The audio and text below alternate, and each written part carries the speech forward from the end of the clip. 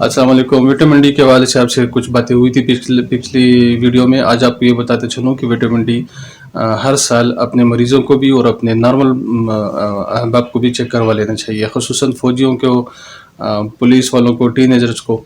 اس کی وجہ یہ ہے کہ وٹامن ڈی کی کمی سے انگزائٹی، ٹینشن یا ڈپریشن جیسے امراض جنم لے سکتے ہیں، اور اپنے آپ کے وہ مریض جو خصوصاً جو اپنے آپ کو نقصان پہنچانے کی کوشش کرتے ہیں یا شوق رکھتے ہیں، جن کو خودکشی کا رجحان ہو، تو ٹھیک ہے اورم وغیرہ ان میں کام کریں گی، لیکن وہ ٹینشن کی اورم میٹالکم یا اورم میریوٹیکم ٹینشن کا علاج ہے، یا پیسیفلورا وغیرہ، یہ ٹینشن انگزائٹی کا علاج ہے۔ ٹینشن انگزائٹی یا ڈپریشن ہوا کیوں ہے؟ تو اس کے لیے آپ وٹامن ڈی اپنے مریضوں میں کنٹرول رکھنے کی کوشش کیا کریں۔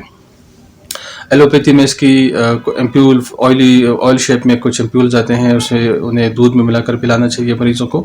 ٹیبلٹس فارم میں جو ایلوپیتھک میڈیسنز آتی ہیں وہ میرے تجربے میں بہت زیادہ اچھی ثابت نہیں ہوئی۔